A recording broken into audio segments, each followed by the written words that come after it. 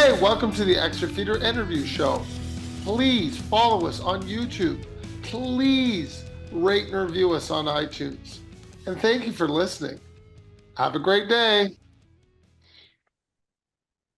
Hey, and welcome back to another exciting episode of Extra Feature Interviews. Today I have not one, but two fabulous guests, and one guy decided to be on my show for the first time ever. Welcome. Oh, hold on. Seymour, the Unfortunate Vampire. I have one great writer-director who does way too many films, Joe Kane. And for his first ever appearance, Clark. Yeah, we decided to bring Clark along because he was a big part of this production. So That's thank you for awesome. having us. Thank you for having us. Since Clark is here, I want to spend, Clark, I love to discuss weird things. Your dad will even tell you. We can discuss the film, but they can watch it. It's easy to get to, but I like to discuss things. So I want to discuss your lighting setup on the opening shot. On the opening shot. So how was that to light for you? It's nighttime. It's dark. All right. So I'm gonna take that over because he actually wasn't on that. He wasn't on that shoot that particular night. Oh no, he wasn't. Good way to start out. Little misfire, but that's okay. We actually set up the whole thing under a street light, believe it or not. I was wondering that because you could see the light coming down. Yeah. And I was like, there has to be more lighting than just that. We intentionally blocked it, and then what we did is we went around and we buried lights in all of the gardens that were surrounding, so there was some uplight coming from those. But you could actually see them in the scene. They kind of look like part of natural lighting that would be there normally. So that was one way that we were able to do that. Yeah, because you come with, I would say, a very low light to start off your film. Mm-hmm. And then as it gets brighter, and I wanted to get into that. So that's how you got it brighter for me. Because I was like, wow, this shot gets so bright as it goes on. Yeah. Well, it was a matter of blocking. So like when the actual dialogue and things like that took place, that we had us in the appropriate spots. A lot of using the street light that was there, and it had that yellowish sort of hue to it. So we adjusted all the lights to that yellow hue and said, this is what we're rolling with. It's the beauty of indie film. We said, you know what? We're not going to put out 50,000 lights. We're going to use this little light that's here on the street. But if it works for you, why would you not use it as an indie director? I mean, to me, you guys have $5,000 for the sake of my argument. And if you can find something that's free to use, use it. Well, I that's the nature of being an indie filmmaker in general, is going, hey, what can we use? How can we use this? Where can we just move actors over a few feet and use a natural light that's there? Or can we, bring in the least amount of lights that we possibly need to? You know what I mean? It's like, whatever it happens to be, we're trying to cut corners. We're trying to save a couple dollars and put the money towards things that are honestly more important. Not that lighting is not important. Don't get me wrong. That's a key part of everything that's going on. So, but not having them stand in the exact spot that you wanted. Okay. We'll move over 5 feet to the light. Yeah, and that's a good thing that you said, like how you have to like match the light to the natural light. Yeah. Because if you have like two different shades, it's weird. Yeah, exactly. So Clark, as your dad as a director and your dad as your dad, do you find a difference? Like on set, you're saying? On set. I mean, I understand your dad's got a job. I mean, he's got to make this film. And you're his son. So you know what buttons to hit. When you're ready to hit one, you can hit it. Yeah, I mean, it's different because he doesn't treat me like any differently than anyone else, but like if he has a problem, he knows that he could yell at me. Wow. So, like, as an actual like person behind the scenes, he treats me like anyone else, but if there's like a problem, he knows that he could like get a little mad. Wow, getting really behind the scenes here. That's what I want to hear. Let's get into it. So as you're filming this, I noticed that you spend more time outside than normal in most of your scenes. I mean, there are house locations, stuff like that. Did you work that into your script going, you know what? I can do this on a smaller budget than my last one, or maybe it is the same budget. Because I noticed that you had more of an expansive universe in this film than you did in your first film. This was definitely a larger budget. This was almost almost about 6 times larger than what we had for the Really? other film. Yeah. Oh, wow. We had a Okay. lot more, and a lot of that was being able to bring in some notable actors like Marshall Teague, Tanya Kaye, Brimstone, Kimberly Adragna, and a couple other people. Jacqueline Rial, who was Karina. Um, Being able to bring them in and to be able to work on this, our budget was a little higher, and there were a lot more characters, and there were a lot more of a lot Sets. more setups and locations and things like that we were focusing in on being able to go, okay, where can we go and what can we do? And we spent a lot of money just acquiring locations, to be honest with you, with a lot of this, because it was important to tell the story. Now, that also gets down to when you get on location, do I have to set up 50 lights? Do I have to take an extra 2 hours to light the scene appropriately? Or can I move it over, like you said in the beginning, to under the street light and be able to use that and just throw up a couple of, spot things to fill shadows? So, it is important to spend the money wisely, because it wasn't, listen, the last feature, which you interviewed me on, which is about director's cut. He was in that too. He played the kid that I kicked in the face. Yeah. That was his first notable role. Um, I always seem to get beat up in these. yeah, yeah. You're Um, cheap, buddy. You're a cheap actor. He gets these out. Hey, Clark, listen, come to the set today. I like Actor today. I like working with my family. I like working with my son. My daughter is in both of the movies. Also, you've seen my brother is also. He's the big tall guy, the fairy. He plays Lark. I mean, it's my immediate family and everybody else. We're all involved in this. So, um, we are. That's kind of the nature of indie filmmaking, is grabbing the people around you and the people closest to you. And the good thing about like having people like that who are willing to do it is like some people have like unique like things at their house or something that you could film a Yeah. scene at. Well, that was the other thing. We acquired some locations and things from friends and family, and we were like, okay, we can film at this person's house, or we can film at this. There was a bar scene in there that was somebody that was a good friend It's of a- ours We'll that get there. that lent That's us the bar. next. I promise. We'll get there I've next. jumped We're the gonna gun. get I've there. gone too far. We're still Gone on too the far. opening scene, so Well, you know me. I don't really go into films. I like to discuss making and stuff. So yeah, yeah. you can go to any scene you want. You can just jump wherever you want. I've seen the film. Okay, since you guys want to get locations, let's go to locations. That bar location, like that's different for you. Like that was a little more expansive, I would say, for the first film. Sure. One of the more complicated scenes to wrangle everybody. We had over 50 extras, and we had a Wow. band. And the Yes. makeup And the makeup, stuff. yeah, we had four, was it? We were trying to figure this out the last time. There was four and an assistant, so really five people doing makeup on set, because everybody was done up like ghouls and goblins and whatever else, and all crazy sort of things, and a lot of it's in the background, so it's quick flash by things, and you go, oh, look at that, like it's on a second and third watch, you go, okay, there's that. So, it was a very complicated scene to put together.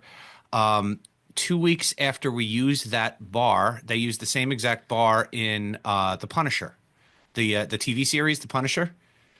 And they used literally the same bar, and they broke it up. That was like, but it was more.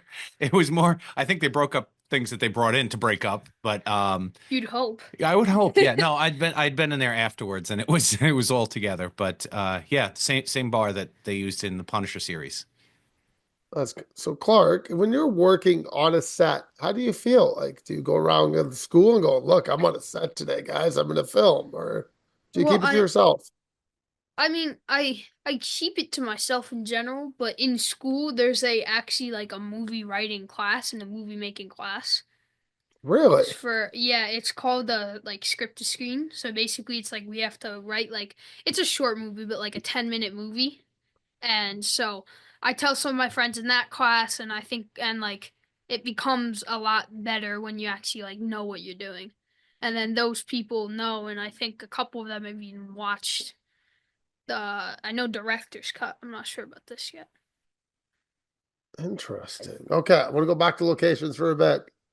Okay. I wrote on an AVS store. I'll leave it at that since your son's here, but you probably know what I'm talking about. Adult video store. He's Yes. he's seen the movie. Okay, I didn't know, so No, I'm no, just no. trying He to. wasn't there for that shoot either, but I didn't think he would be, but you never know. I didn't know these still existed.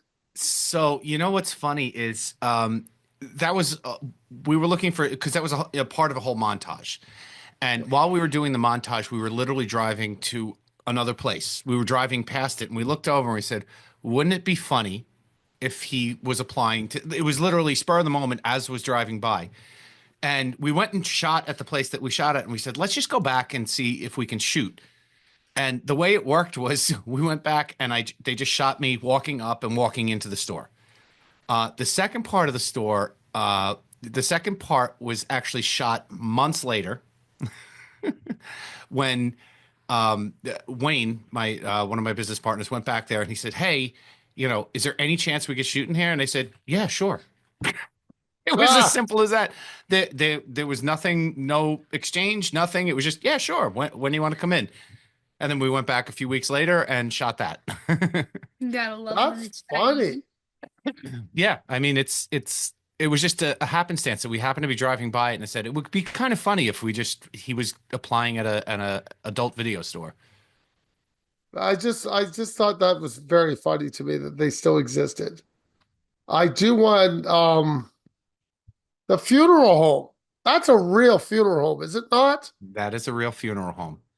Okay. So okay, are you asking how we acquired it or what?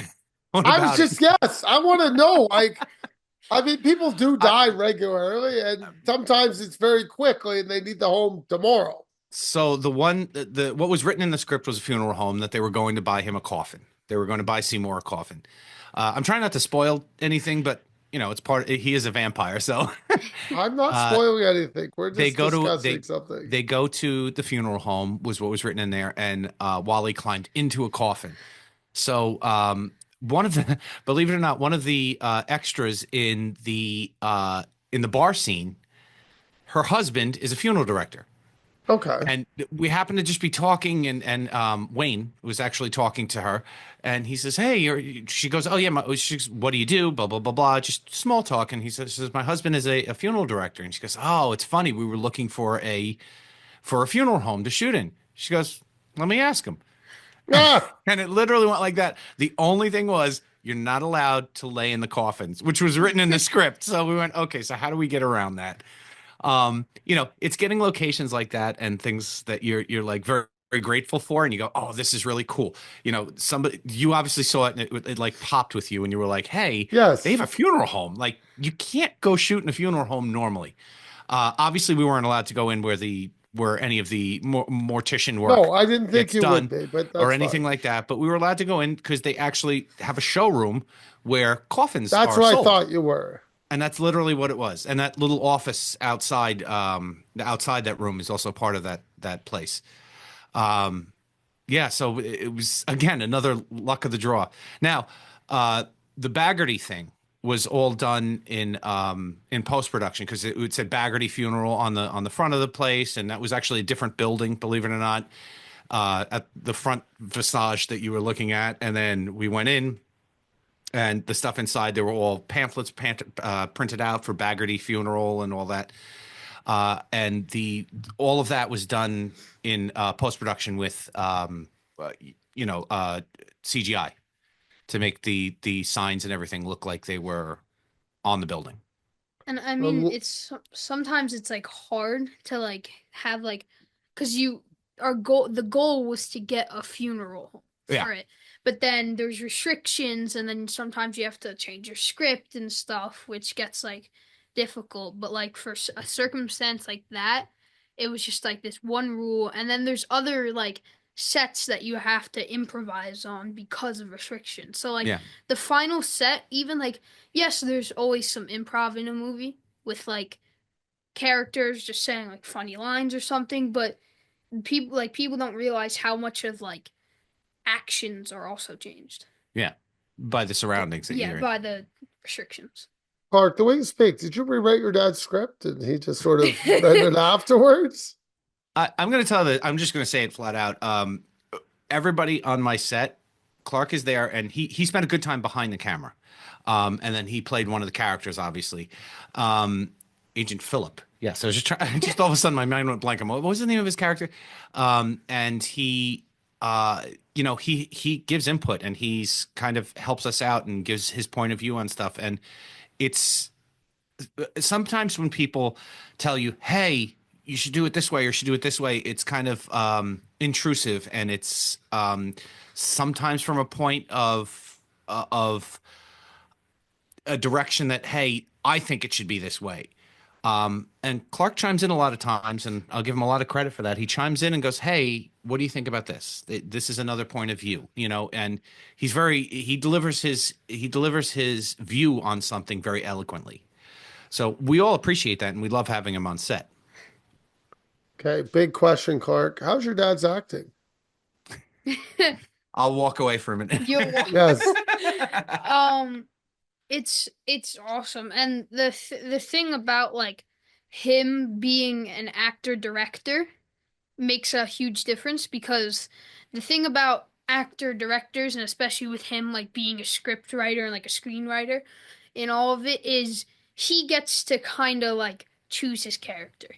He doesn't see the he didn't see this Seymour guy in the script and try to make himself Seymour. He tried to make Seymour him, which was it's awesome to see. So while you're writing this then, Joe, like Yeah. how does that work? Are you Seymour at this time while you're writing, or you don't think about that yet? You're just like, I have an idea, I'm gonna write it out. Oh, my son might be doing this, and I'll put a little note. I get that. So how do you envision your whole thing at a time? So here's the way this worked. This was in production over the course of 7 years. Oh, okay. Didn't know that. All your films so- are like this. What's the last one long too? No, the last one was in production for about a year, a little over a Okay, year. I do so many of these. I apologize. You know, No, my it's okay. brain It's is- don't apologize. I do too many of these. I'm like, did you? Um, Now I remember when the other film that was 13 years. The other one I'm thinking of. So this one was in production about 7 years, and the original concept for it was we wrote a I wrote a full screenplay. I went to one of my partners and I said, "Hey, what do you think of this concept?" And he goes, "What's the concept?" And I said, "Seymour the Unfortunate Vampire." And he goes, "We're doing it." And I went, "Well, it was still in like infancy stage at that point." You didn't even like have a pitch together. No, we didn't have anything You together. just said a title. I said a title, and he goes, "We're doing it. That's the best title I've ever heard." And I'm like, "Okay, all right, let me go work on it." And we went to a film festival with some short films. It was a short film festival. And we said, "You know what? Let's just, at the end of the short films, let's make a faux trailer for Seymour." And that faux trailer is actually up on YouTube. You can check it out. And that faux trailer, we tagged it on the end that went up on the big screen, and everybody went, "When is Seymour getting done?" Ah, So we were like, "Okay, I get," and it was like, 35 seconds of footage that we kind of scrambled together to go into this festival. And from there I had written a full length feature for intended like we ended up having here. We ended up shopping for budgets and things like that and trying to get people and everything involved after we had the full script written. And it turned out we got a lot of people who were going to agree on a short term, meaning, "Hey, we'll come in, but we can't do like a full blown whatever." So we said, "Okay, so we're going to break this up and make it into a web series." And oh, we actually wrote out and shot 8 separate episodes of a web series. And when the web series, by the time we finished the web series, we had attended the American Film Market that following like month in November. I think we shot over the summer, and by that November we went to Film Market, and we said, "Hey, we got this web series. It's in the can. We just have to edit it and put it together." And they looked at us and everybody went, "No. There's nothing you can do with a web series. It'll die. It's over if it's a web series." And we said, "Okay, what's your suggestion?" So then we went and we cut it back together on the suggestion from the people from the American film market, which by the way is one of the biggest that's where you make your sales for your films and television shows, American Film Market. It's in California each year. And they said that a pilot for a television series is more valuable than a web series. And we said, okay. So we went back and we then it turned out to end up being, after organizing everything, it was almost a year later, and we shot all of the tie-togethers, the things that sewed it together to make it into a 44-minute pilot, TV pilot, Okay. in that 44-minute format. And we said, okay. Um, then we got a call from our distributor that we were working with. Hey, we'd be interested in this thing as a full-length feature. Okay. So I'm going to stop you for a second and keep going. So we're starting ahead. with a web series, is what I understood. Started with How many episodes? 8 episodes. They were about 7-minute episodes. So that's 56 minutes a movie. Correct. Does it have the end done? It didn't have the end done. No, it was up in the air because it was clocked out to be, a continuing series. Okay, that's what I was trying to figure. Okay. I understand it being done. Web series, I think, are not the way to go for anybody. Oh, well, I'll just say that now. Yes. I'm telling you ahead of time, please don't do web series. I mean, I'll watch them. Yeah. But I think movies are the way to go, or do the web series and then make it a movie. Correct. And that's what I thought. Okay. So then you got this, and then you made a pilot out of it for TV? For TV. Correct. So where's TV? We shopped it to Sci-Fi Channel. We shopped it to That's what I'm asking. CW. Okay. Thank you. We shopped it to a couple of the bigger ones. We shopped it to streaming platforms, and we couldn't get it turns out it's going to be very expensive in the long run to continue a series like this, and we couldn't get the gamble for us. They were like, hey, we can't spend that amount of money to continue the series. So a little bit down the road, a few years later, we pick up the series again. We say, hey, we're going to now turn this into a full-length feature, which is what it was originally intended with. And here we are, 7 years after we started this, finally releasing this onto Amazon Prime. Okay, I'm going to back this up just a tiny bit more. If you were not the lead actor, this would not have been work. Able to do it. That's what I'm thinking. This would not work. This was all a fancy way to answer your original question. No, it's great. Seymour? I'm learning. Yes, I'm learning. I'm getting it. So in the invention of not invention. What's the word I'm looking for? The conception of I've no English works sometimes for me. Sometimes with the conception of going, well, we're going to be shooting this, and we saw that it was going to be longer and longer and longer.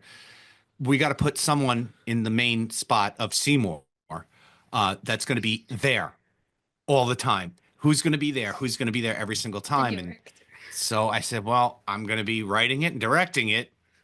I'm going to be there. So that's kind of by default, I ended up in that character. Fascinating. That was a really good story. And I even had one location I had to ask about. I'm going to go back to it now. Sure. There's a room with a bed with a weird picture on the wall, like a diagram or illustration.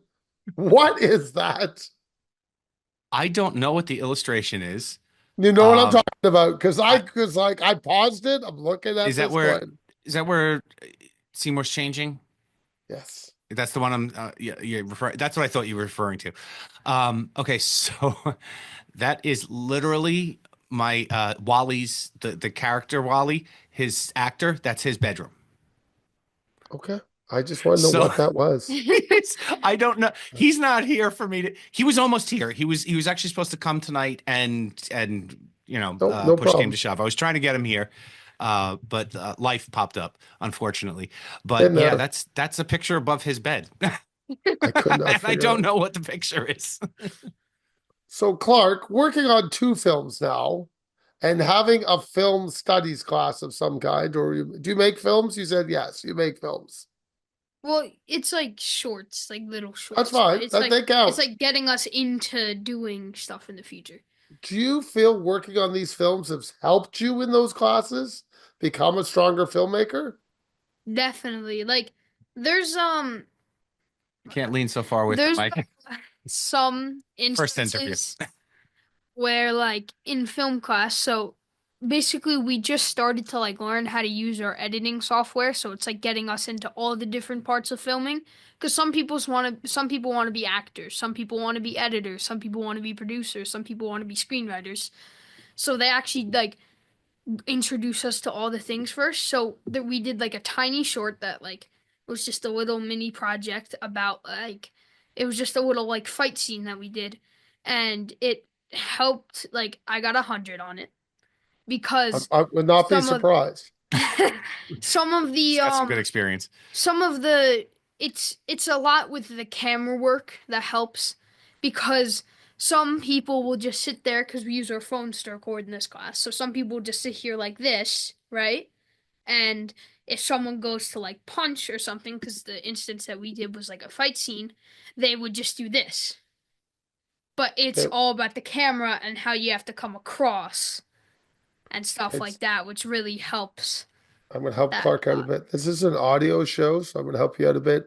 What he's demonstrating people Oh, is sure. showing a fight So scene for you. He's punching like My this. Yes, he's punching across as opposed to an angle shot. Yeah. There you go. But like you can't punch across with the camera like coming like with the camera like with the punch like Got to find the right facing the angles. punch. You have to like find it correctly, and it just makes that easier. And these are all things that he's gotten to experience and learned do on set on and set. stuff because even some of the actors that we've brought in, like you kind of like almost train them to become stuntmen and stuff. Yeah. So Again, lower budget. We're doing a Yeah. lot of things where we've got to do that. Sorry, I do have one more location. I forgot. Your supermarket. Did you guerrilla shoot that? 100%. Actually, I Okay. wasn't even there for that. Wayne, who played Wally, him and his brother literally grabbed the camera and they said, we're going to go do this. We'll be right back. I said, what? And they literally ran into a supermarket and shot that. Which is fine with me. I don't care. Okay, moving on. I'll give you an option, Clark. Do you want to discuss digital effects or music? digital effects. Okay. How'd you feel about working with digital effects? I mean, I see a lot more work you doing digital in this effects I did in the first film. Yeah. I mean, you had a lot of effect shots. I want to be honest. There are minor at times, but they are there. I want just so people know. How was working with CGI, or did you get a chance to, Clark? Or is it all your dad? It was mostly him, but for some of the things like I witnessed how to do it and stuff, like with like different like things and snapshots that like you have to put in and then all that. It's He was- very He was It's also very- there for the practical like- side of it. Like, how do you set up the green screens? How do you set up that? Yeah, and one of the most difficult things about green screening is lighting the set with the green screen. Because to not have like a shadow on the green screen behind is so helpful. Because if you have a shadow, a green screen, and like a blue screen, a green screen and a blue screen have like you like crop out that color, and that's obviously why you can't wear like green on a green screen because it basically just crops out that color. So if you have a shadow, it's gonna be differed to like the background, which makes it a lot more difficult. And then you can go back and take it out because like CGIing like behind the scenes is a lot more difficult to do, and you need to be precise to make it well, but it's more important to make sure that you do it well first. Yeah, get in camera what you need to get done, and that was part Make it easier for you. him being on camera. He was on the side of that. I was doing most of the stuff on the computer. That way wise. That English be good. Um, I was doing the stuff on the computer while he was there for the practical side of how do we get this in camera? What do you need? And he asked a lot of great questions like, how do you need this? What do you envision? What needs to be here? What needs to be done? We were sliding in, we bought just a roll-in sort of green screen because we had complicated green screens to set up, and this was just a pop-up, boom, and that would 90% of the stuff we green screened on this particular show was all done with this pop-up that took about, I don't know, 30 seconds to set up and break down. Nice. So Nice. yeah, I'm not complaining there. And I just want to add one thing to that of like the practical part of it is I'll say like during green screening you can't just throw up a green screen, take the shot how you want it and then just go. You have to get a before shot too because you have to make it look like there's actually something in the background because some people will just be like, "Oh, it's simple. You just have to put a green screen up in the background," which for some circumstances works. Yeah. Like I'm sure for your podcast, right? Right now you have a green screen background. It's really easy. It It looks was awesome. $15 on Amazon. There's no green shirts in your podcast that you Yeah. ever wear, I'm sure. Every once in a while I will accidentally put one on, Oh yeah. and I'll be honest, like, oh crap, and go upstairs to change. Okay, I've done it. we've all done it. I want to discuss the film. You have some larger people in this film than you do in your other film. Mhm. And I mean large. I'm a tall person. Yeah. These people were large. Was Yeah, that so- something you were after? Particularly in the bar scene, like some of the extras and stuff was what we were And the referring to. funeral home man looked very tall. He's a bit. That was by fluke. I had never met him. That's James Armstrong is his name. He's a theater actor. This was the only film he's ever been in. Oh, He's never been in any other film, and I saw some footage of him acting in the film, on stage rather, and I went down to one of the productions he was doing, and introduced myself. I said, "Hey, look, I'm looking for somebody with a deep baritone sort of timbre that could play this part or whatever. Would you be interested in coming down to audition?" And he did. He came down and auditioned, and he got the part. It just happened to be that he was a huge, big, tall guy. But I mean, you've seen my brother. You saw my brother in director's cut. Now he's Lark in this, and my brother kind of dwarfs people, so we had to get big people to just Make it keep seem in like camera shot. To be honest with you, you're a big bad. Can I say that? I don't think I'm ruining anything calling him Yeah. the big bad. yeah. He does not look small to me either. Maybe he's not as tall as the other people, but his presence is large. He's well, he's not as tall as some of the other guys, but his presence is definitely large. He was a former wrestler. He's a former wrestler, and he's a radio That makes a personality. lot more sense. He's that's Brimstone. He's the Grindhouse Radio. He's the host of now, and he does all sorts of appearances and stuff for being a professional wrestler in the past. And he does a lot of acting too. Well, good for him. Yeah, and voiceover work. He does a lot of voiceover. He's got a nice voice. I did notice Yeah. that was coming out.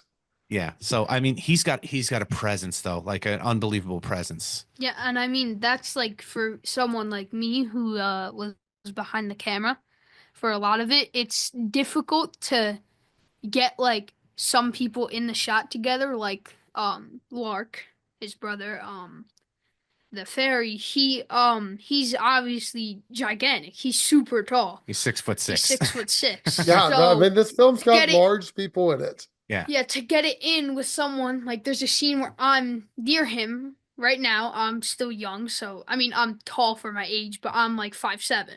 So That's pretty 5'7" tall. You don't and look old. 6. Yeah, I'm only 12. That's why I said you're pretty tall. I'm tall, but still like 5'7" and 6'6" is a big difference to like have to get on in one frame to frame it. It's a lot harder because you could do the approach where you go down more, but you don't want to like be pointing to the ceiling, so that makes it a lot more difficult.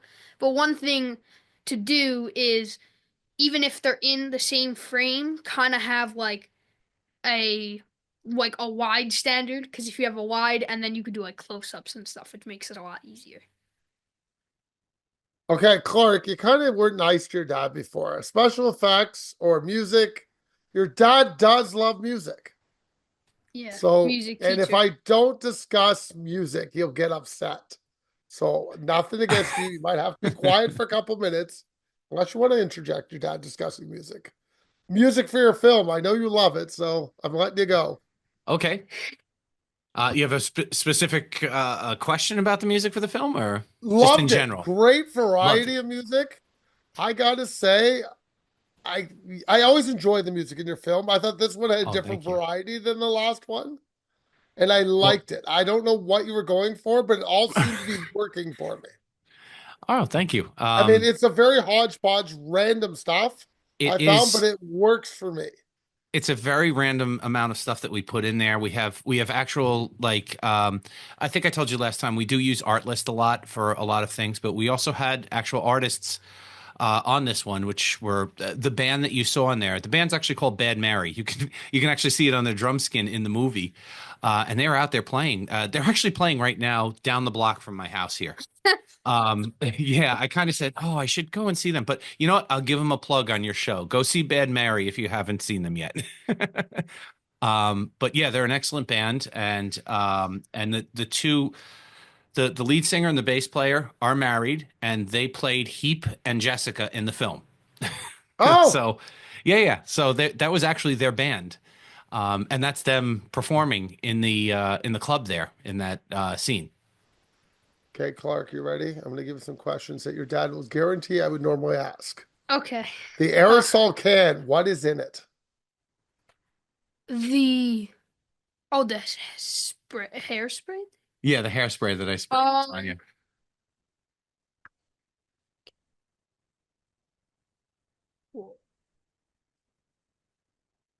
I'll take over because you can't have dead air on a on a No, and I podcast. don't edit my well, bad. so no, I don't Uh, edit. I try not to. the hairspray can was a can of canned fog. It's the Oh, same stuff that we use on set just to spray stuff. I just printed out a label and I put the label on it, and it said it had all sorts of vampire references and yes, stuff it on the did. label. I don't know if you saw it up close, but It it, looked it, like it it had writing on it. I'm like, what is oh, that? it definitely did. We printed up labels. We had three cans with three separate labels, so I don't remember which one was in the actual shot. But And and every label was different. I kind of went to town to make the labels for this thing. But I got that over off of live productions of Hairspray. That's what they use in live productions of Hairspray Oh, on in theater. I had no and idea. there's other circumstances where he did that. There's actually is that it? The whiskey bottle thing? Oh yeah, That that's from so director's cut. well no, it was in This was in director's cut. This was a whiskey bottle. But I we thought reprinted the label, and I guess for our listening audio fans out there, we have our company label on it. Our company logo is on it, It is. and I can we see it. have it says this must be drunk. Oh no, that was in this. yeah, that was in it That was in with this. That was in this. the Brim was big pouring thing. this. Yeah, that's right. That's what I was saying. This is whiskey, and it has the whole speech that Brimstone actually spoke on it, printed onto the back of the label I love about it. the whiskey and barrel stuff. So creative ways to not get like yelled at by companies for having their thing in your movie. Yeah, you have to be careful about product placement and things in there. So you don't want to kind of we try to cover up as much as you can when they're in the shot. Yeah, like you can't really like walk onto a set with the Spider-Man shirt on and expect it to just be like, okay, yeah. Well, you're wearing a Mets jersey, but I Yeah. wore a Joe Kane shirt. No, there you go. People go to Joe Kane Productions and buy some shirts. So, Clark, in the dinner scene, who cooked all the food? Was it you? No. It was No. not me. That was Zags. It's they we had a whole meal brought in, and that Oh, was our catering for the day, and we said okay, we just took plates full of the catering, and everybody ate who was at that. okay, Clark, here's a question. Since your dad knows what you eat, and he has already informed me you're a fussy eater. On set meals, do you actually get what you like? Uh, y yeah. I mean, like we like I sometimes like we get like bagels and stuff and like little things like that and like we and then like sometimes we go out to eat too. Like Well, we've that's gone out nice. to eat, which is nice. But yeah. I'm a big proprietor of, when we're on set and we're doing stuff, we need a break to get away. So I agree. if the cast for the day is not is not 50 people like it was in the bar there, like we talked about, I would prefer to go, okay, let's wrap a little early, or we're moving locations. We did a lot of moving locations in this, so we would have a midpoint break point, and then okay, we'll meet at this place and we'll sit down and have a meal. Awesome. I would rather take an hour to go sit down and have a meal. In transit, we plan on some place. Okay, this is in between this setup and this setup. We'll meet here. We'll eat together, and then we'll go. And that way, anybody can order whatever they want. Yeah, I think and that's like awesome. I'm gonna give like a certain circumstance where like I specifically remember that. I don't know where we were coming from, but we were coming from somewhere back to this house to Yeah, shoot like one final scene, and we bought like 6 pies of pizza for the people who were on set that day, which was yeah. nice. Pizza's very I good. remember sitting at my kitchen cabinet with Marshall Teague, Ethan Martin. I don't think Tanya was there that day. There was everybody who was on set for that day came back to my house afterwards, and we just sat around and had Chinese food. Yeah. And there's Okay. pictures on the internet circling of Marshall sitting at my kitchen cabinet at my kitchen island eating Chinese food. Okay. I don't know if you filmed this, Clark, but I'm gonna ask. In your first film, you let the action roll out more, I would say. I feel I'm Mhm. getting a Yeah. little bit longer action scene. Sure. This is probably my one little tiny criticism. This is just me personally being Go honest. for it. I found the action was a little too quick cut for me. I wanted longer action scenes. So that's just a Okay. personal thing I enjoy. Don't care if you put it in your film or not. That's something. So, Yeah. Clark, how do you feel about filming action? It's the most fun thing to film. Especially like for some things, like I'm not gonna say like specific moments in the films, but like if someone has to like fall over or something and then you have pads on the floor and stuff, and it's just fun because you get to like not roughhouse a little bit, but you get to like be in the moment and it feels like even when you're if you're acting it, it feels a little like step by step, but filming it and seeing it all come together is very cool because like you get to see like the ways that these are made and then you have like these high action stuff and it's fun to film, it's fun to act because you get to move around more. Sometimes scenes will be like just like me and my dad talking, just like, "Hey, how's your day going?" Like obviously that's not like a scene from the movie, really. But stuff like that, it's very fun on set to be able to like do action and especially when it's in like a controlled environment where nobody gets hurt at the end is awesome. So, you're not getting the same question, but it'll be a similar question. Did you find when you write this, you wanted to keep it more as a comedy? I mean, you could classify this as an action comedy, but I personally feel that'd be stretching. So, would you classify It's this as a straight comedy? it's classified as like a horror comedy, was its original Okay. kind of intent, and it kind of morphed as we went. I'm the type of director and writer, and I'm open to suggestions. And what happens is we sometimes we get a little suggestion. We get a suggestion from you. We get a suggestion from this one and that one. There's a scene where the two vampire hunters, who are played by Tanya Kay and Ethan Martin, are interrogating the vampire that they Yeah. caught. So during that scene, what happened was they gave me all the lines that I wrote. And I said, you know what? Let's go a couple more takes. And we took a couple more takes and I said, go to town. Let's improvise. And those two have such a chemistry. It's like ridiculous. And they were able to come up with these sort of quips coming back and forth, and the whole thing about your wood is too soft and all this was them improvising. It comes Oh, out. okay. And I'm open to that, which will shift the tone of things sometimes. And also shooting a film over 7 years and changing the format of it three times in that, tends to kind of put that sort of like, okay, well, it has that sort of feeling like it's moving and it's going, you're seeing it go this way and then it takes a left turn. because we're able to go in and craft it a little more and go, okay, let's try this now. Let's try this. And some of the, I just saw an interview with Sean Levy, who just did the Deadpool and Wolverine movie, and he also did Free Guy. You know, that's kind of the process that they go through, and I love that sort of freedom on set. I want to be able to capture a moment that's funny, a moment that strikes you funny. That's that. So for what we were going for this, we were looking for like the horror aspect of it, having the vampires and the warlocks and the werewolves and things like that. So that's that horror sort of element. And it was trying to say, hey, this is the reality of it. He's still got to go get a job. Yes. You know, he loses his day job because he can't go out during the day anymore. No, he can't. We So tried. there's a lot of, He did to me, try. that was the comedy, and it was, I wasn't going, and at no point were we going for like slapstick sort of comedy, No, but definitely not. we were going for that little like chuckle to go like, oh my It God. happens. It's there. Yeah, It's there. that's an awesome thing. Like when you direct, is like you let them, like you said, you let them put their spin on the character because it's a lot harder to get fun out of a scene when it's people like reading off of a piece of paper. Oh, Like I people agree. got, they have to be natural and it has to be like in the heat of the moment kind of funny. That's why you enjoy my podcast, because it's heat of the moment. It's fun. I let you guys Absolutely. roam. Simon Jones, a real person. Simon Jones is not a real person. However, we had contemplated putting a real name in there for that.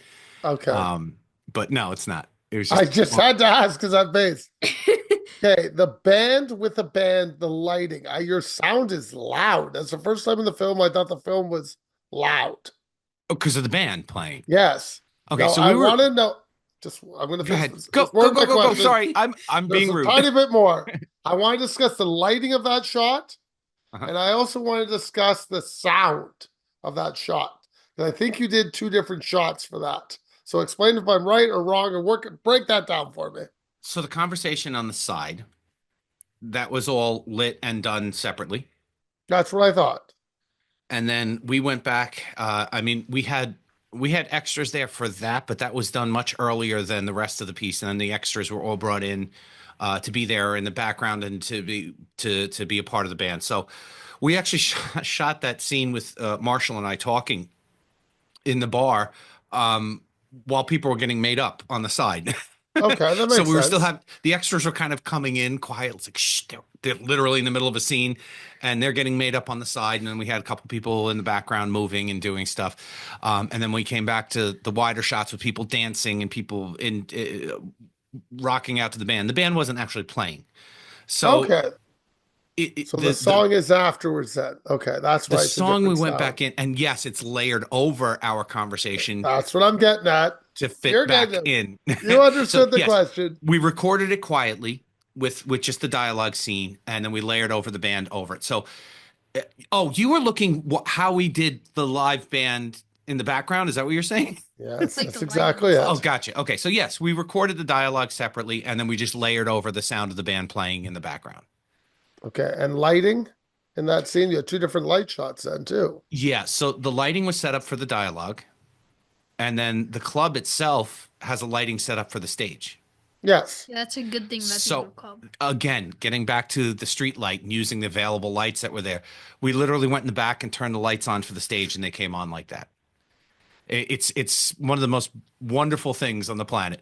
However, as you know, or anybody knows who's been out and frequented a bar every now and again, lighting in a bar is very dark. So every part of the bar that was shot besides the stage had to be lit. So we had probably, I want to say 20 to 30 fixtures in there lighting up that bar in different directions and different sort of capacities, different colors. It was in a bar. It was supposed to be dark and dingy. So we had a red light over here and we had a yellow light over here. And, it was all case by case as each scene kind of unfolded. We had decided that the bar, when you're up by the bar, it's going to be lighter than in the back, like where we had our dialogue. That's supposed to be dark and like we're kind of talking in the back. Yeah, and I mean that's tough when you have to put like a lot of different like lightings to light up like a dark set because like a club like naturally has a lot of just like dark lighting. So you have to like make sure you're keeping the lighting out of the shot and stuff, which is it's difficult, but it looks really nice when it all comes together. Okay, because I could ask more questions, but I'm going to stop here. We're going to go to fun questions, but you're going to get a bonus one because Clark, you haven't been on the show before, Ah, so you get Is there an a extra question.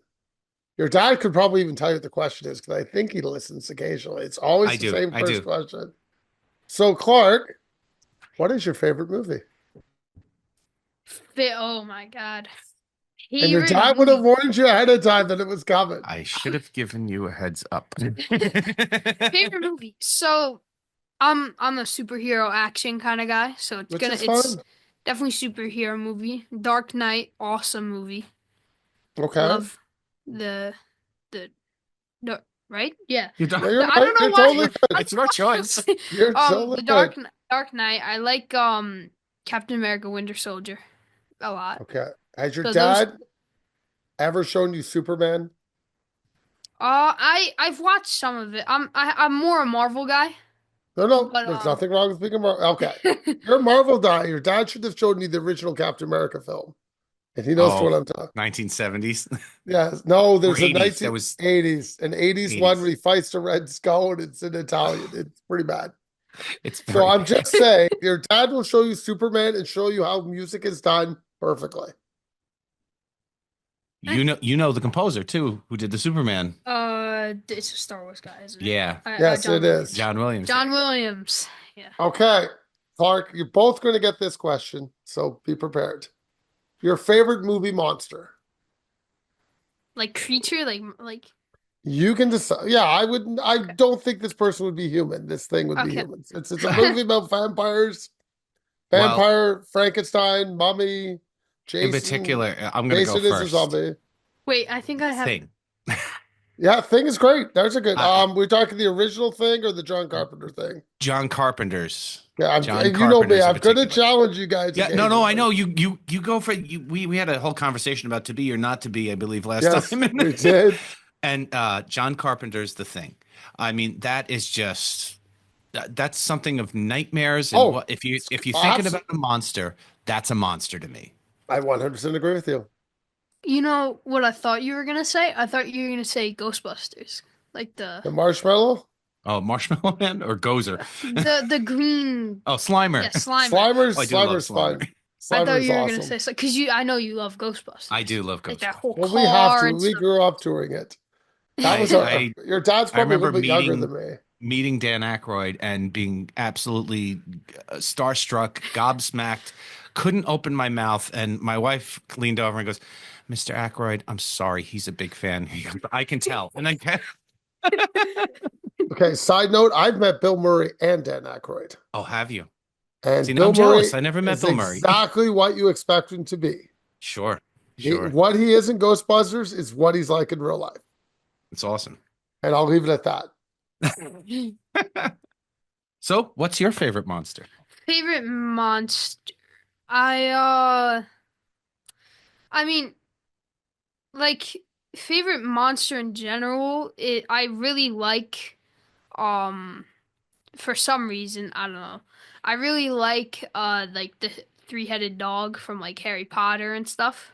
That was That's just fine. that's like a monster, but like I like all like mutated like regular animals for some reason. I don't know why. Totally So, good. like, Abroad. sometimes like in like things like I've watched the Percy Jackson series. There's like many of those things. I like more like animals that you think are gonna be like, oh, come here, and then they're like that kind of stuff. Are you going to show him Cujo yet? He could. I actually, being 12 years old, as we discussed, we did our first R-rated movie Oh, good. leading up to Deadpool. So he watched Makes Deadpool sense. 1, 2, and 3, and those were his first 3 R-rated is fun. movies. There's just a lot of swearing. That's all. Just a lot Yeah, of yeah. bombs. Okay, since your lovely family, half of it, has gone to see Taylor Swift, I figure I should Yes. bring up something about Taylor Swift. Shoot. Your favorite Taylor Swift song? Because I know your dad has one for What is sure, it? because he's a musician. I don't know about you, Clark. I don't know if that's too cool for school for you, and I'll accept if you pass. What is your? I'll let you go first. You let me go So, first. all right, shake it off. It's nice and simple. It's a I good see. beat. I It's know your dad's probably a not the music most. guy. So I'm an orchestra kid. I play the upright bass, and in orchestra we played Bad Blood. So I'm gonna go with Bad Blood. Fair enough. Since I'm dying to go to Long Island now, I gotta ask about restaurants. And it can be a chain restaurant. I will accept that. What is your favorite restaurant to go to? Where's your go-to place? Trying to think of stuff that wouldn't be in Canada. I know one in Doesn't particular that doesn't happens to be in Massapequa. My go-to place is Krish's. Oh, I love Chris's. Yeah. One in the world. There's one in the world. There's only No. one here. And Krish's is basically a 1950s diner. Oh, I Basically. love it. I Like an love ice cream those. parlor. They make their own ice cream there. They Oh, make their even own better. chocolate there. Oh, Like you go and you have your dinner, and they have burgers and whatever else that you can normally get in a diner. They have the best waffle fries. The best ever. waffle fries. And yeah, come to Massapequa and go to Krish's. Wow, what it's such a good food. And then you get your homemade chocolates as you leave, and you have a little snack for later. okay, Clark, I'm in a good mood. I'm going to give you one bonus question just for you. Bonus You're question. 12 years old, Yes. and your dad's going to download this and put this away for you, I'm sure somewhere. When you're listening to this in 10 years, what would you like to tell your 22-year-old self? So I'm in like college then, probably. Like I would hope so. Hopefully. Probably film school. hopefully, hopefully I'm in college by then. So something I currently would tell my 22-year-old self. Don't forget blank, so you will always remember it. This podcast. Your Don't- dad will download it and have it here for infinity. I'm not worried about the podcast. To don't forget to like stay yourself. Like, cause like I don't want to get to a point where it's like I'm up there, and especially within like acting industries, like some people get like their entire persona ruined sometimes because they stay in character too often. But just stay yourself. Don't try to make. So you're yourself not going to be someone else. Daniel Day-Lewis? Is that what you're trying to tell me? I honestly have no clue who that is. I'm gonna be honest. Your dad's laughing so hard because he knows exactly where I went with that statement. Wait, who is that? Okay, Clark, We'll We'll I'm gonna talk give- later. I'm going to give you some tiny homework. Just a little bit of homework. If you come back on the show, you have to have done your homework. I want you to watch Frankenstein. That's all I ask. It's an hour and maybe it's not even an hour and 10, hour and 20 minutes. I think barely. And I want you to give me what you think of that. All right. That's all I'm asking. Just the first one. There is 3 of them. You can even watch the second one. And third one's not as good, but you're more than welcome. But I want a full theory on Frankenstein. And don't worry, I will remember I gave you homework. Maybe a year for now, but I will remember. Because I will, because your dad tells you I remember weird things. So Yeah. before we let you guys go, Clark, would you like to sign us out tonight and tell everybody where they can find your dad's work? Sure. Yeah. I'm so lost. So Where can you go watch Seymour you the can go Unfortunate watch Vampire? Seymour the Unfortunate Vampire on And Prime see you Video. in it. And see me in it and see him as Seymour and director's cut. director's cut. If They're there's both more on than that, Prime. I don't know anything about them. So They're both on Prime Video, and then you could like check out like HecklerCaneCreations.com and stuff. HecklerCane.com. HecklerCane.com, sorry. That's and it. get HecklerCane.com to like shirt. find all information about like the movies and stuff. So and yeah. merch. And And you can find that all at HecklerCane.com. yeah. And all of our social links are there. Thank you. Have a great evening, guys. Hope you had fun. Take care. Thanks for having us back. Thank you.